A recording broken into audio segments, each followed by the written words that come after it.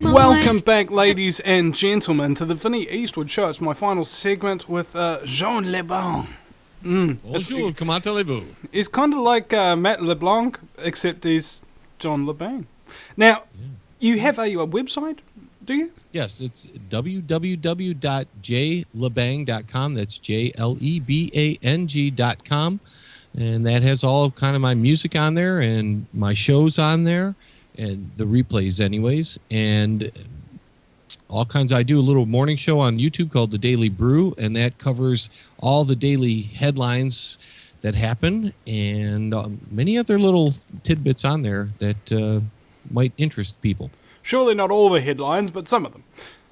Oh, right. Not all the headlines. I'm not the Drudge Report or anything. But it would be cool to actually... I don't know about you, but I've got a real anger at the media kind of thing. Like, I've got a grudge against them. And I was just thinking, we have a website, The Grudge Report, where you just sit there and you rip 7 colours of Shiite Muslim out of the media. And there's media people. In fact, I got a message back from Ian Wishart the other day. He's a guy who wrote Aircon, how the global warming thing and the New World Order. He was one of New Zealand's most credible journalists. He's the host of the Sunday program, our equivalent of 60 Minutes. In fact, we also have 60 Minutes. But he had assassination attempts on his life because he was uncovering some real hardcore like banking scumbaggery and stuff like that. And so he just quit the media totally. Started going independent, writing his own books, publishing his own magazine, his own material, and everything like that. He's like, frack the media. And he told me during the interview what journalists are actually really like. And he says, point blank, they're airheads. They're actually just frickin' idiots in suits. Mm-hmm. They look real nice, and they're frickin' stupid, and they just repeat BS. That's all they are. And yet, here's the thing that really frustrates me. Activists, activists who are aligned with, say, my mode of thinking, they try and court the media, right? And I'm just thinking, how long does it take, and what does it take, before you start to realise that the media aren't worth your attention? And even if they did give you some attention, it wouldn't be enough, and it wouldn't be in any way truthful. Honest, 100%, boom, Then again, if you refuse all media coverage, then you become a pariah, don't you? So there's this balancing act.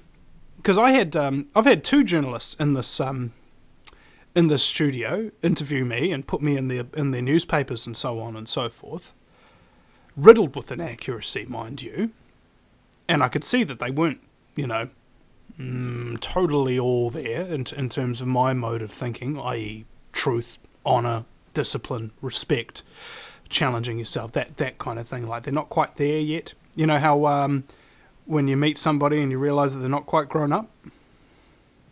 You mean half the American public? 90% of the American public. Okay, sure. All right. I was trying to give some people the benefit of the doubt. Yeah, I don't think we should give anybody the benefit of the doubt anymore. And speaking of which, it's funny you should mention that, because I was just thinking that this morning when I woke up. It's like giving politicians the benefit of the doubt, giving the government the benefit of the doubt. Why am I thinking about that? And here's the thing. How long do you have to give somebody the benefit of the doubt before you start doubting them because they've completely betrayed the benefit? In 2013, most of us should be there by now. Don't you think?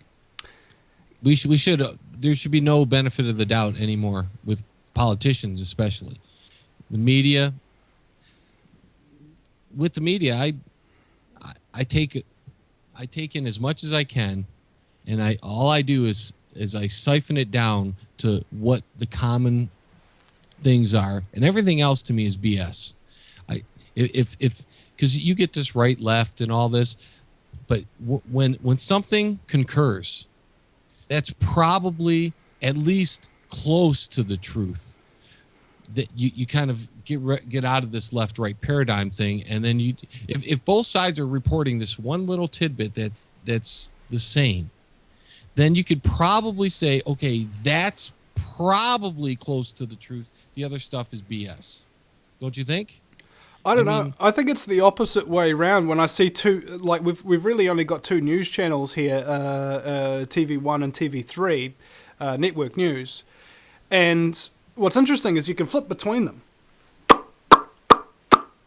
The head story is the exact same. Second story is the exact same. Third story is the exact same. Fourth story is the exact same. And then you switch over to Prime News, you know, sort of a little over to the side. First story is the exact same. Second story is the exact same. And then you go to Māori news, you know, like native Māori New Zealander news. It's done in the Māori language. First story is the same. Second story is the same. Third story is the same. Then you then you listen to the radio. First story is the same. Second story is the same. They're all reporting the exact same frickin' thing. Okay, and this reminds me of something a listener of mine, Vincent, who I respect gratefully. He defended me a lot on Facebook the other day from somebody trying to defame me, and he said to me, you know how we cover our shows with a bit of comedy, John, right? And he says, like, Vinny, why don't you just try and be a bit more serious or whatever? And I go, well, maybe you don't understand what you're asking of me. Can you name me one other radio show host in New Zealand that manages their show with a degree of comedy of that perspective? And he's like, no, I can't. So what you're really asking me is, Vinny, why can't you be exactly like everybody else? Vinny, why can't you? Because you don't want to, do you? You want to separate yourself from the crowd because, well, that gives you some integrity, right? I don't know. Don't you think? It's almost like I'm 6'4", so I stand out in the crowd anyway. Sure. I mean, You're pretty tall. I can't be anything else but what I am. Right. No, I agree. I mean, and that's the same with me. I do my thing. I have my little skits on my show, and that's what I do. And I can't be like anybody else because, well, I'm John, and that's who I am. And if you don't like it, hey, there's talk shows all over the place. I mean, it's the world of talk shows now, is it not? I mean, it's unbelievable the amount, but I mean, it's great because we have the internet and it's gotten off this terrestrial radio type thing. But if you're not yourself, you're just somebody else. And what good is that? Yeah, I mean, how many of this... Okay, so just think about this for a moment, ladies and gentlemen. When was the last time you had a totally original thought? Oh, it's been a long time, hasn't it? Yeah. And don't you think that there's something inherently wrong with that? That original thoughts aren't coming fast and hard all day, every day? Your inventions, your ability to think, create, so on and so forth. There's a reason why that part of you has been diminished into almost nothingness. It's because we're absorbing everybody else's ideas. Even right now, you're absorbing my ideas, my thoughts, my talking, my thinking here. You're not doing it for yourself. And the way that I've kind of come to grips with this is you say, this person says that, I'll assume for a moment that they don't have any credibility. And I think about what I think about that. What do I actually think about that? Can I deconstruct it? Do I know the origin of these words? Have they been spoken before throughout humanity? You know the old saying that there's nothing new under the sun? I think that holds to be true. There really isn't a whole lot of originality out there. And even less so now because we have mass media, mass entertainment, mass this, mass that, mass the other.